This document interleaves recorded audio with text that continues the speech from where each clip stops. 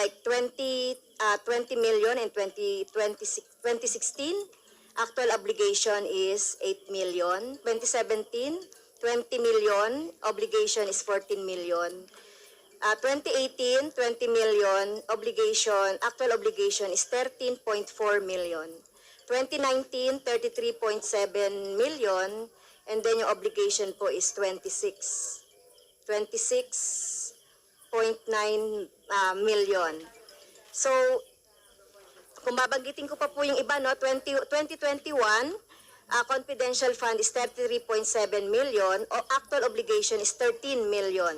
2022, 51 million ang confidential fund, pero ang actual obligation is 18.693 million.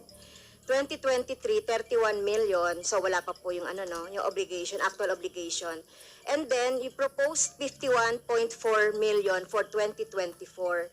So, ang first question ko po dun sa confidential fund. So, ganun po yung yung ina-appropriate. Pero yung utilization, makikita natin ay mga 40 to 45% on the average. Can you explain that, Mr. Chair?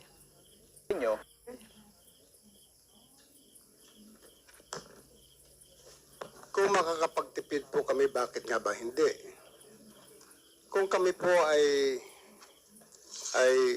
makikisuyo sa Intel community na hindi kami gagastos, bakit nga ba hindi namin gagawin?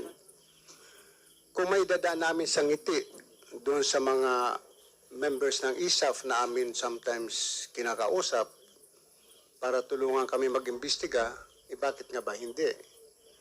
So kung makakatipid kami, gagawin namin. Ngayon, with respect to this confidential fund, I must be honest with you that the 51 million given to us by the DBM, which is the same amount that was proposed to the Office of the Ombudsman for the 2023 budget. 2022. 2022? 2022. Yeah.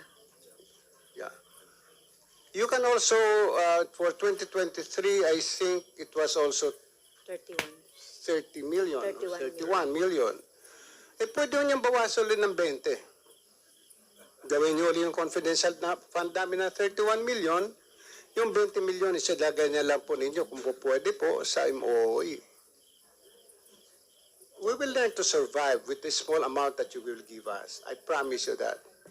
Kaya sabi ko nga po, kung kami po ay makikisuyo sa Intel community na idadaan sa tasang kape, marami po kami kaping barako sa opisina o idadaan sa ngiti, gagawin po namin. Maraming pong salamat. Yes, thank you very much, Mr. Chair, dun sa explanation po ng ating Honorable Ombudsman. So, napapansin lang po natin, no, dahil tama po yung sinabi nyo kanina at inamin nyo na napakabagal po noong investigation, nung lahat ng yung ilang mga kaso. At kanina nga po yung ating pong colleagues earlier, sinabi niya po yung yung percentage ng mga natatapos na kaso. So, kung meron pong ganitong confidential fund ay bakit po na natitipid? So, hindi po ba dapat ay gamitin ito kung talagang gamit? Kasi hindi naman to pwedeng gamitin sa iba eh. So, itong sinasabi natin. Kasi kung nagsisave po tayo, kinako-compromise natin yung halimbawa yung mga programs. Kasi itong confidential fund, you have to submit yung programs, activities, and project na related sa confidential. So, I hope, di ba, na ano nyo po ito, na-utilize nyo, considering na marami tayong iniimbestigahan ng mga kaso. So, ito po bang mga confidential, can you give us the general stroke, no, or not specific, kung saan nyo itong ginagamit itong confidential fund para po sa information po ng ating taong bayan. So may mga resibo po ba na sinasubmit sa COA at gaano ka-regular ito na ibinibigay for audit? Mr. Chair. Your Honor, please.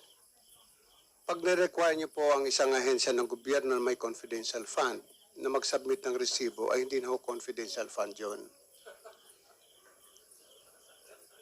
Kasi Mr. Chair, gusto ko lang pong kasi nire-require po yon ng joint circular. So hindi po pwedeng kasi meron po tayong Joint Circular 2015 regarding sa confidential fund. Pero hindi po nakakatawa na sabihin natin na hindi tayo nagsasubmit ng mga resibo. So I beg to disagree po, no. Kailangan din natin mag-follow po doon sa JC 2015.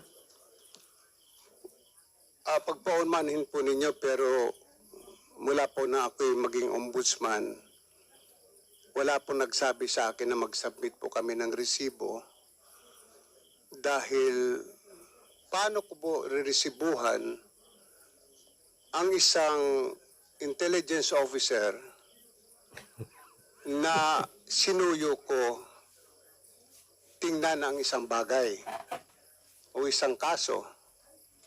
Ano ho yung resibo ilalagay ko doon? Paano ho ililiquidate sa akin ng intel officer? If I get a safe house, magtataka pa ho kayo, ba't ako kumuha ng safe house? Baka naman yung safe house na yun ay hindi totoong safe house, kundi motel. I mean, I really don't know. But if that is the case, na pag-uusapan po natin, pag-aawayan natin ng confidential fund, then alisin ho nyo sa budget namin yung confidential fund. As I said, we can survive. I can continue investigation cases. We just smile at my friends at the ISAF and some other investigation agencies. Madali lang po yun eh. I call my friends in the provinces, I call some police officers in the provinces, I ask them for their support. Kung kailangan mag-utos sila ng tao para i-verify kung totoo ito, din doon po kami gumagastos ng transportation expense ng pagkain ng tao. So paano ililiquidate po sa amin yon? Paano kami mag-submit ng resibo? Napakahirap po yata noon na mag-submit kami ng resibo. At siguro wala namang papayag din sa amin na intel officer na pag binigyan ko ng 50,000 pesos o i-liquidate mo sa akin, na tuwing sakay niya ng taxi, kung siya ay may, which I did it before, na pinamanmanan ako isang empleyado ng ombudsman, pinasundan ko. Abay, siguro mahihirapan yung intel officer na every now and then bibigay sa akin yung mga resibo ng gasolina. At pag niliquidate ko yung resibo ng gasolina na yon as my own expense, baka sabihin ng COA, hindi pwede kasi hindi ka pwede mag-claim ng gasoline expense because you have your transportation allowance. So I don't think a receipt is important. What is needed is that we make a certification, we issue a certification to the effect that we have spent the confidential fund for purposes of investigation of cases. Bakit po kami nakakatipid? Noong araw po, kuminsan lumalakad po na investigador 5. Yung 5 pong yun binawasan ko. Kasi ang aking filosofia, kung kayang gawin ng isang Little Indian, yung gawain ng 10 Little Indian, bakit hindi pa nga ba gawin ng isang Little Indian? So just like when I was investigating the case of the onions, yung mga sibuyas, may mga isang tao kung pinalalakad o 2. Kung medyo delikado yung lugar na pupuntahan, 3 sila akong pinapupunta. Yun po ang pero hindi ko sinasabi sa kanila, magbigyan niyo ako ng resibo. Kasi pag sila'y pupunta rin doon, mayroon mga binabayaran din sila mga tao na sinusuyo yung tao na to gather more evidence for us. Marami pong salamat. Yes, thank you very much po doon sa explanation. Siguro with due respect to our ombudsman, hindi po ito nakakatawa, no? At hindi ito pwedeng sabihin na walang resibo dahil taon-taon po nakikita natin tumataas ang confidential fund. So kung ganyan po yung sinasabi ninyo, so baka ma-encourage ang mga lahat ng government offices na gumamit na lang ng confidential fund kung wala naman itong resibo. Kaya nga po meron tayong circular na dapat pong sundan ng ating lahat ng mga agencies. And ako personally, kung talaga mga investigation, yung ombudsman, pwede rin tayo dapat na mag-ano ng confidential, pero dapat with the proper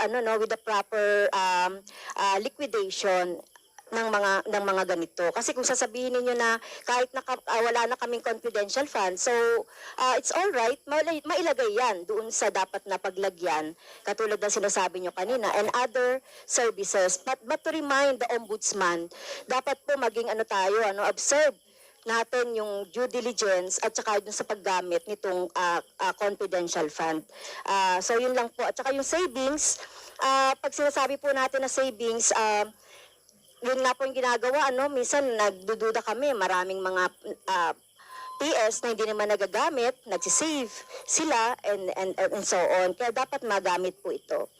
So, yung next po ay tungkol doon sa Memorandum Circular number 1 as regards to the submission ng mga SALN. So, nagsasubmit po ba ng SALN ang Presidente at Vice President? Yes, Lately? Your Honor. Okay, thank you po. Yes, Your Honor. The President, I think, President Ferdinand Marcos Jr. and Vice President Sara Duterte has submitted their Okay, silence. thank you for the information.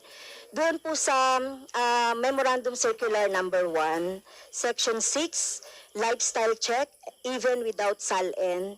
So, how often po nagko-conduct ang ombudsman ng mga lifestyle check po? So, have you conducted lately ng mga lifestyle check po sa ating mga official and government employees po?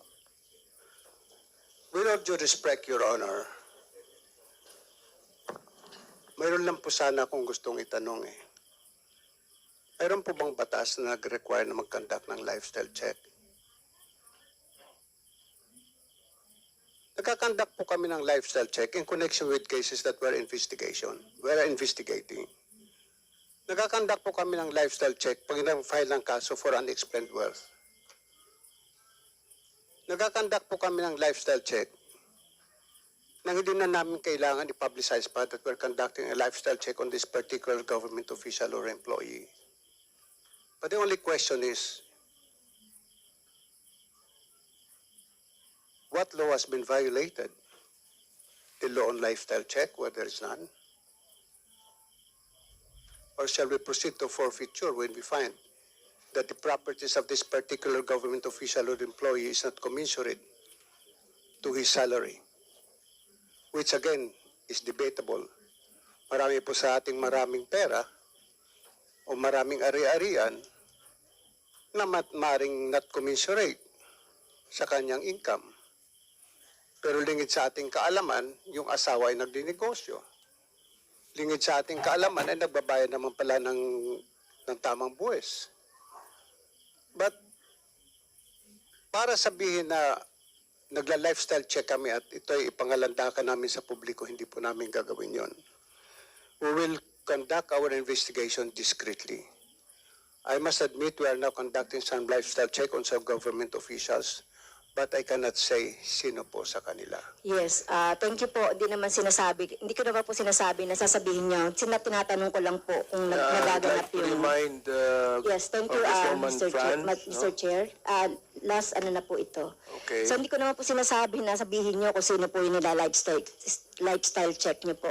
Kasi it is in your memorandum po na on Memorandum Circular number 1, Section 6. So, yun na po, Mr. Chair, at maraming salamat po sa ating ombudsman.